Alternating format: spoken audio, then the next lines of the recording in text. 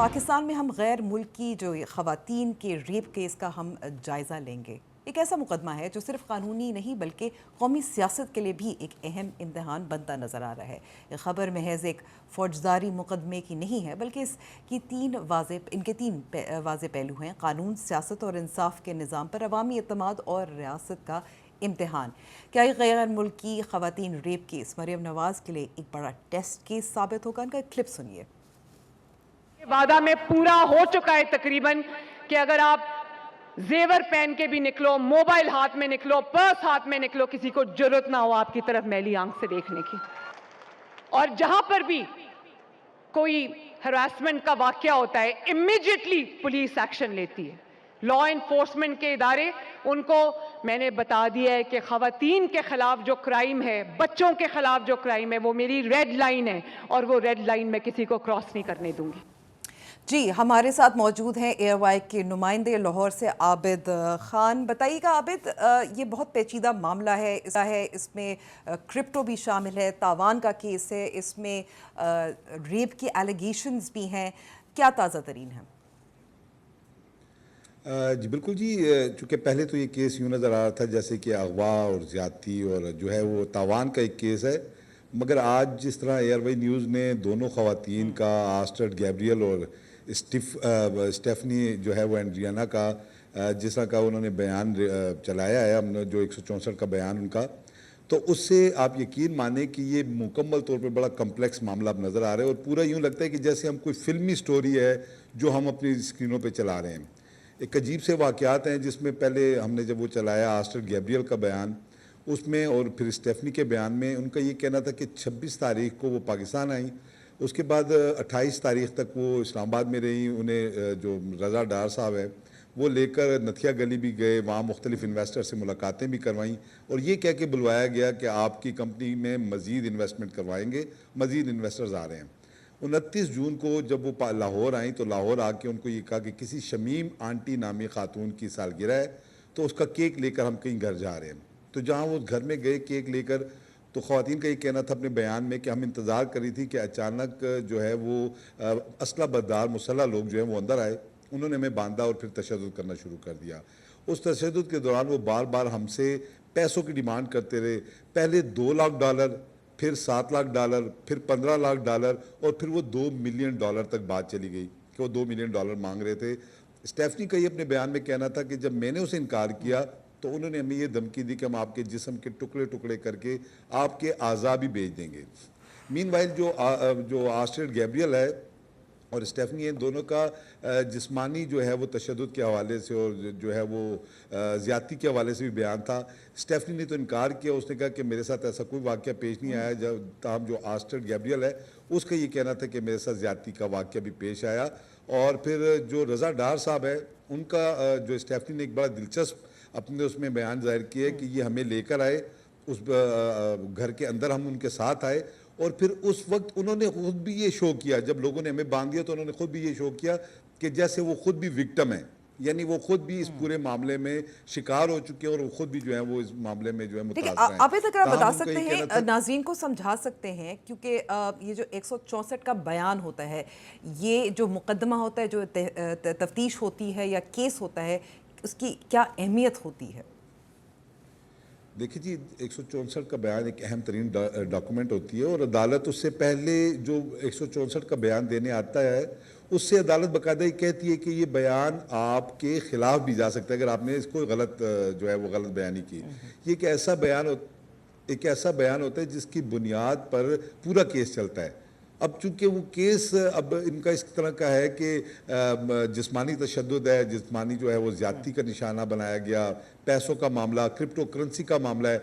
اب اسٹیفنی کا تو یہ کہنا تھا کہ ہمارا ایک باقاعدہ شراکت داری ہے اکتوبر 2025 سے رضا ڈار کے ساتھ، اور ہم کرپٹو کا جو کاروبار وہ اکٹھے کرتے ہیں، جس کی وجہ سے پھر وہ یہاں آئے۔ کچھ ان کا اپنے جو خاندان کا موقف تھا وہ یہ تھا کہ جی وہ کرپٹو کے پیسے تھے، ہم نے لینے تھے، باقی الزامات ہیں۔ بہرحال وہ تو ایک ان کی بات ہے، لیکن جو عدالت میں اس کا 164 کا بیان تھا وہ خاصا خوفناک ہے۔ ہم بہت ساری تفصیلات تو ایسی ہیں کہ اپنی وہ جو ہے پابندیوں کی وجہ سے ٹیلی ویژن پر دکھا بھی نہیں سکتے، لیکن وہ بڑی زیادہ جو ہے وہ تشویشناک اور بڑی سنسنی خیز قسم کے واقعات ہیں۔ پھر کس طرح رضا لیکن ڈار یہ بھی صاحب جو آپ ہے نے وہ کہا، پھر یہ بھی تمام- آپ نے بتایا ہے کہ رضا ڈار کے بارے میں بات میں مزید سوال کروں گی کہ ایک طرف جو اسٹیفنی تھی اور ایسٹر تھی، ان دونوں کے بیانات مختلف بھی تھے یا تضاد تھا ان کے ان میں سے بیانات؟ تھوڑا سا جی بالکل، ان دونوں میں سے اختلاف رائے اس لیے کہ دونوں الگ الگ کمرے میں بند تھیں. ایک ڈاؤن سٹیئر تھی، ایک اپ سٹیئر تھی، اوپر والے کمرے میں تھی، ایک نیچے والے کمرے میں تھی. اب جس میں آسٹر گیبریل کا یہ کہنا تھا کہ مجھے آ کے تشدد بھی کرتے رہے، 2-3 لوگ میرے ساتھ زیادتی بھی کرتے رہے، جبکہ اسٹیفنی کا یہ کہنا تھا کہ ایسا کوئی واقعہ پیش نہیں آیا. ایک شخص نے کوشش کی تھی، مگر جب اس نے چلانا شروع کیا اور منت کی، اس کی منت سماجت کی، تو وہ شخص نے پھر باز آیا.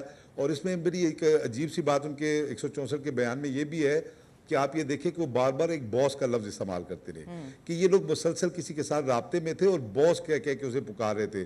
تمام تر چیزیں جو ہے وہ باس کی مشاورت اور اس کے حکم کے مطابق ہو رہی تھیں. اور ایک کالے ڈریس والے کسی شخص کا اسٹیفنی نے بھی اور آسٹر نے بھی جو ہے ان دونوں نے ذکر کیا کہ کالے سوٹ والا شخص نہ صرف ان پہ تشدد کرتا رہا بلکہ ان کے ساتھ جو ہے وہ زیادتی بھی کرتا رہا. اب ان کی عمریں بھی اسٹیفنی نے کسی حد تک بیان کی، اور جو واقعی اب یہاں ایک اور ابہام پیدا ہوتا ہے کہ جو اسٹیفنی کا بیان ہے اس کے مطابق ایک شخص ان میں سے 45 سال کا تھا، ایک اندازاً 35 یا 36 سال کا تھا. ٹھیک ہے. لیکن جو کل عدالت میں نے دیکھا جو نوجوان 4 پیش ہوئے ہیں وہ چاروں کے چاروں نوجوان تھے، وہ نوجوان تھے رضا ڈار اور بالکل. ساجد اور سکندر یہاں خان اور ظاہر ہے دیگر لوگ جو کیونکہ تھے وہ ان سارے کا نوجوان تھے، ان میں سے نوجوان تھے، تو کوئی بھی جس 45 یا باس 50 کی سال کا بات بندہ کر رہے نہیں ہیں تھا. وہ اس وقت آپ کا کہنا ہے کہ اس وقت کوئی حراست میں نہیں ہے. لیکن جو رضا ڈار، ان کی جو رشتہ داری ہے طاقتور لوگوں کے ساتھ، وہ ذرا بتائیں، اور ان کا موقف بھی کیا ہے یہ جو الزامات لگے ہیں اور جو یہ 164 کا بیان ہے. جی بالکل جی. اب 164 کا بیان تو چونکہ خواتین نے اس دن ریکارڈ کروا لیا تھا. اب ان کے خاندان کی طرف سے تو اس وقت مکمل طور پر ایک خاموشی ہے. ابھی ان کی طرف سے کوئی بیان نہیں ہے، البتہ کچھ ادھر ادھر سے اپنے سورسز پولیس کے کو حوالے کچھ تو سے وہ بتایا لوگ ہوگا کہ کیا ہوا. جی چونکہ کل وہ پہلی دفعہ گرفتار ہوئے تھے اور کل ہی انہیں پیش کیا گیا تھا، اس وجہ سے ابھی جو ہے وہ ان کا موقف سامنے نہیں آیا. اور میں کل بھی ایک بات کہہ رہا تھا کہ اس قسم کے جو ہائی پروفائل معاملات ہوتے ہیں ہم ان میں یہ دیکھتے ہیں کہ بڑے بڑے وکلا کو ہائر کیا جاتا ہے جو آ کر جو فزیکل ریمانڈ ہوتا ہے اس کو کنٹیسٹ کرتے ہیں. لیکن کل جو ہے جب ان کو پیش کیا گیا تو کوئی بھی فزیکل جو ریمانڈ ہے اس کو کنٹیسٹ کرنے کے لیے وکیل موجود نہیں تھا. تو اس وجہ سے ان کا بھی ابھی جو ہے ہم یہ کہہ سکتے ہیں کہ ان کا ہمیں وہ موقف معلوم نہیں ہے. کل جب تفتیشی افسر 8 جولائی کو لے کر آئیں گے ملزمان کو، اس کے بعد ہمیں پتہ لگے گا کہ آیا ان لوگوں نے کیا بتایا اور پولیس نے اس کا کنکلوژن کیا نکلا. تاہم جو میڈیکل رپورٹ ہے اس کے بھی کچھ مندرجات سامنے آئے ہیں جس کے مطابق اسٹیفنی کے ساتھ کوئی زیادتی نہیں ہوئی، تاہم آسٹر گیبریل کے ساتھ جو ہے وہ 2 سے 3 لوگوں نے زیادتی کا نشانہ بنایا تھا.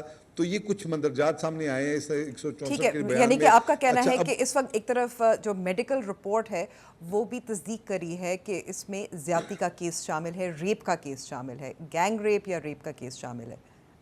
Is that correct? جی بالکل. ایک جو خاتون ہے آسٹر گیبریل اس کے حوالے سے، اور اس نے اپنے اس کو 164 کے بیان میں بھی یہ کہا ہے کہ اس کے ساتھ زیادتی ہوئی 2-3 لوگوں نے کی. مطلب وہ ایک کالے سوٹ والا شخص بار بار وہ مطلب اس نے اپنے 164 کے بیان میں کہا. اور سیم اسٹیفنی نے بھی 164 کے بیان میں کالے سوٹ والے شخص کا بار بار ذکر کیا. وہ کالے سوٹ والا شخص کون ہے وہ بھی تک معلوم نہ ہو سکتا، وہ بھی معلوم نہیں ہو سکتا ظاہر ہے، کیونکہ ابھی تفتیش چل رہی ہے، مزید تفصیلات بھی سامنے آتی رہیں گی. آپ نے خاندان کا بھی ذکر کیا تھا، ہم بات کر سکتے ہیں کیونکہ جس طریقے سے ان خواتین یہ جو ان میں سے ایک تھی، ان کے والد نے 15 کو کال کیا تھا، کس کو کیا تھا، گرفتاری کیسے عمل میں لائی گئی تھی، وہ کیسے وہاں سے نکلی، یہ بھی اگر آپ کوئکلی اگر ہم بتا سکتے ہیں.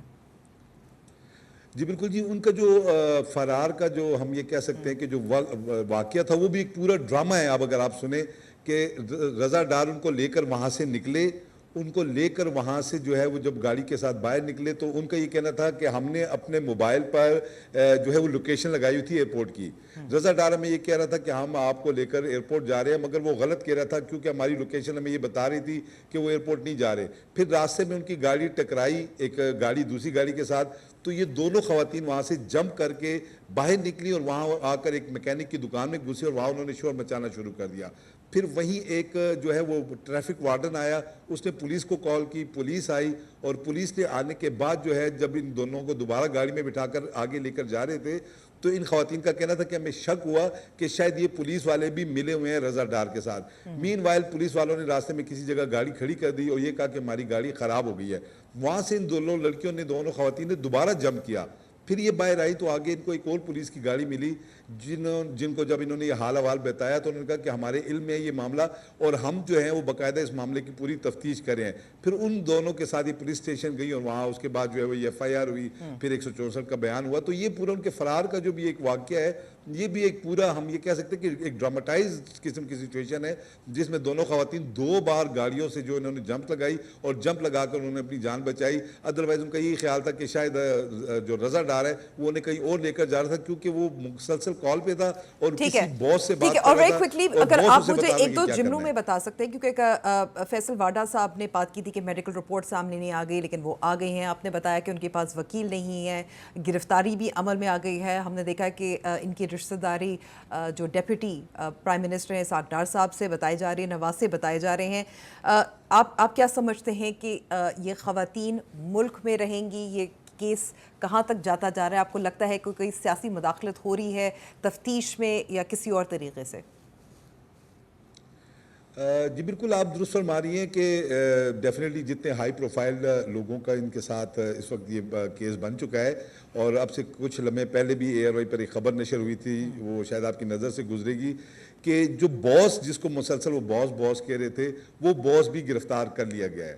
ابھی چونکہ اس کا نام سامنے نہیں آیا, لیکن پولیس ذرائع کا کہنا یہی ہے کہ وہ جو باس تھا اس باس کو گرفتار کر لیا گیا. اب دوسری جانب ان دونوں خواتین کے متعلق یہ کہا جا رہا ہے کہ یہ دونوں خواتین جو ہیں وہ ملک چھوڑ کے جا چکی ہیں, پاکستان واپس چلی گئی ہیں. اب چونکہ یہ ایک فوجداری مقدمہ ہے اور اس فوجداری مقدمے میں اگر مدعی یا مدعیہ نہیں ہوتی تو پھر اس کیس پہ بڑا جو ہے وہ نیگیٹو اثر پڑتا ہے اور وہ کیس کمزور ہو سکتا ہے. لیکن اب دیکھنا یہ ہے کہ آیا جو اس ملک کے جو نیدرلینڈ ہے یا جو وینزویلا کا جو سفارت خانے ہیں وہ اس کیس کو کس طرح ہینڈل کرتے ہیں. لیکن بہرحال آپ نے جس طرح پہلے انٹرو میں یہ بتایا تھا کہ یہ اس وقت صرف ایک فوجداری کیس نہیں رہا, یہ ملک کی ایک سیاسی طور پر ہلچل مچی ہوئی ہے. فیصل واڈا صاحب ہیں یا دیگر جو جماعتوں کے لوگ ہیں وہ مسلسل جو ہے اس پر تنقید بھی کر رہے ہیں اور مسلسل جو ہے وہ ان خواتین کے لیے اور دیگر لوگوں کے لیے انصاف کا مطالبہ بھی کر رہے ہیں.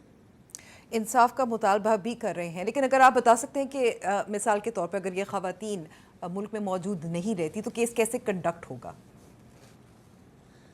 جی دیکھیے بالکل, اب چونکہ فوجداری مقدمہ ہے اس میں وقتاً فوقتاً جو ہے وہ مدعی کو بلانا پڑتا ہے, ان کے سامنے شہادتیں بھی ہوتی ہیں, کراس کویسچننگ بھی ہوتی ہے.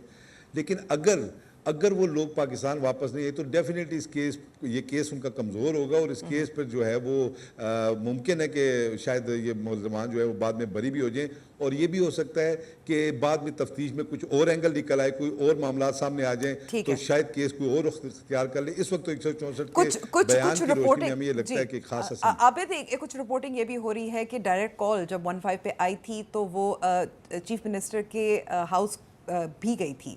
آپ تصدیق کر سکتے ہیں؟ جی 15 پہ تو کالز آئی تھی, وہ تو آپ درست فرما رہی ہیں کہ اسٹیفنی کا یہ کہنا تھا کہ جب ہم گاڑی میں بیٹھے میں نے اپنی والدہ کو کال کی اور میری والدہ نے وہاں سے ایمرجنسی پر کسی طرح مطلب ان کو بتایا اور ایمرجنسی والوں نے آ کے جو ہے وہ پھر پولیس نے ہمیں ریسکیو کیا. لیکن جو سی ایم ہاؤس کی آپ بات کری ہیں اس کے حوالے سے تو ہمارے پاس کوئی ایسا اطلاع نہیں ہے.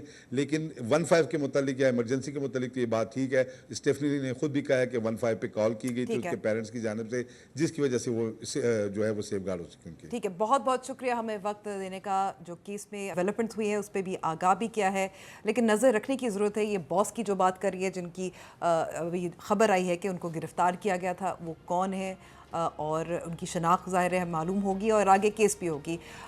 فیڈ بیک ہمیں پروگرام میں ضرور دیجیے گا. And I will see you tomorrow. خدا حافظ.